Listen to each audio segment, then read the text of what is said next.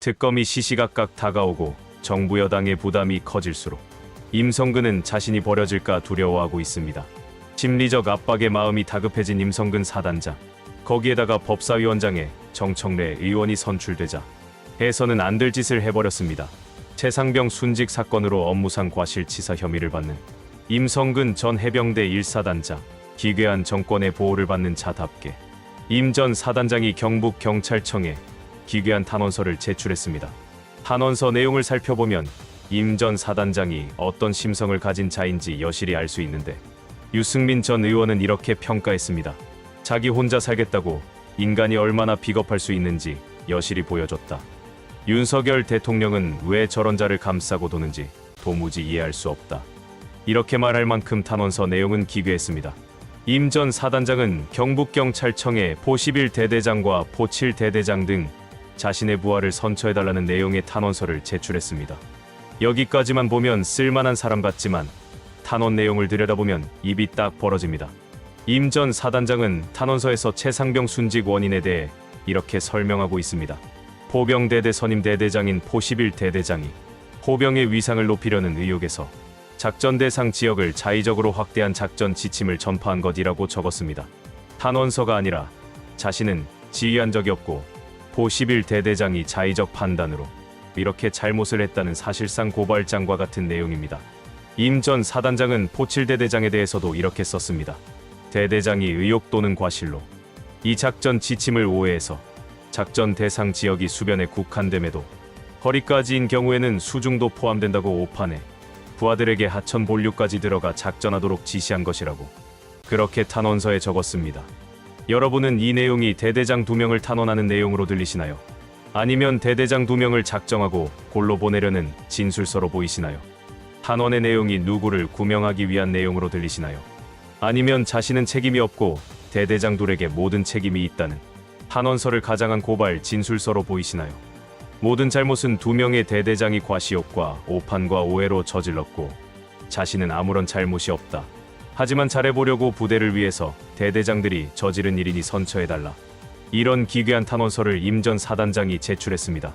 이건 직속 부하인 2 대대장을 구명하려는 탄원서가 아니라 자기 혼자 살아보겠다고 2 대대장에게 최상병 죽음의 모든 책임을 떠넘기는 졸렬하기 짝이 없는 처사입니다. 유유상종이라 했습니다. 윤석열 정권의 축소판이 임성근 전 사단장이 아닌가 생각됩니다. 안녕하세요. 궁금TV입니다. 판사 출신도 아니고 검사 출신도 아니고 그렇다고 변호사 출신도 아닌 정청래 의원이 법사위원장이 되었습니다. 민주당은 왜 정청래를 법사위원장으로 선택을 했는지 그 이야기를 들어보겠습니다.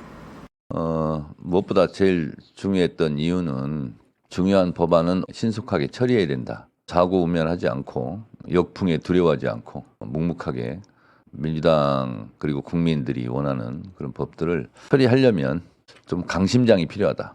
법안을 법과 원칙에 따라 처리하는데 강심장이 필요한 대한민국. 정청래가 말하는 강심장이라고 하는 것은 매우 현실적인 것입니다. 법안이 통과될 때마다 국민의힘은 불참할 것이고 야당 독주 프레임이 씌워질 것입니다.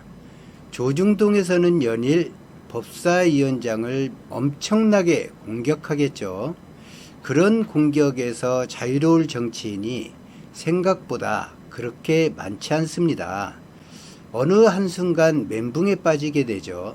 어느 순간에 초심을 잃어버리게 되고 자기 자신이 시대의 소명보다 당의 입장보다 그리고 지지자들의 바램보다 더 앞서게 되는데 정청래는 그런 면에서 가장 적임자라고 평가를 받은 것입니다. 그래서 조중동에서 많이 맞아본 사람 그리고 조중동의 문매에 견딜 수 있는 사람. 나를 다뤘으니까. 이렇게 해도 괴롭히고 저렇게 해도 비판하는구나. 그리고 제가 기억하십니까? 한 3년 전쯤 됐나요? 정청래 법사위원장 되려고 한다. 한 적이 있었죠. 그래서 많은 매체에서 정청래는 법사위원장 되면 안 된다. 그래서 그렇죠. 그때 한번 미끄러진 적이 있습니다. 그리고 이제 가방위원장 되고 네. 행안위원장으로 이제 가기로 돼 있었는데 그때도 쫓겨났죠. 그때 쫓겨나서 상임위원장 1년이 남아 있어서 법사위원장을 할 수 있게 되었습니다. 잘 쫓겨났죠 그때. 본래 약속은 정청래 의원이 되는 것이었었는데 중간에 국민의힘과 협의한다 어쩐다 하면서 과방위원장이 장제원에게 넘어가게 되고 그 결과로 국회 상임위에서 방통위에 대한 어떤 견제도 하지 못하게 되었죠. 국민의힘과 합의다, 협의다 이런 걸 외치면서 이러면은 국민의힘이 좀 더 나아지겠지, 이러면 국민의힘이 국가를 위해서 좀 더 희생하겠지, 대의를 가지고 국회에서 운영을 하겠지, 이런 생각을 하는 그 생각이 비정상이 아니라 그 생각을 해야 될 국민의힘이 정상적이지 않은 거수기 정당으로 전락했기 때문에 결코 앞으로는 해서는 안 되는, 그것이 협치나 합의를 명분으로 국민의힘에 어떤 기대를 갖는 것입니다. 인생사 세웅지 말하고 되지 못해서 상임위원장을 1년 더 할 수 있는 기간이 생긴 것이고 그 덕택에 법사위원장을 할 수 있게 되었다. 정청래 의원이 이렇게 얘기하고 있죠. 정말 세상사는 알 수가 없습니다. 2022년도 문재인 대통령이 퇴임할 때까지만 해도 대한민국의 국격이 이렇게 단시간에 떨어질 것이라고 누가 예단을 할 수 있었겠습니까? 그리고 대한민국의 외교력이 이렇게 형편없이 추락할 것이라고 누가 예단할 수 있었겠습니까? 그리고 대한민국의 경제력이 이렇게 수직 하락할 것이라고 누가 예단할 수 있었겠습니까? 그리고 국회법은 합의가 아닙니다. 협의하라고 되어 있고요.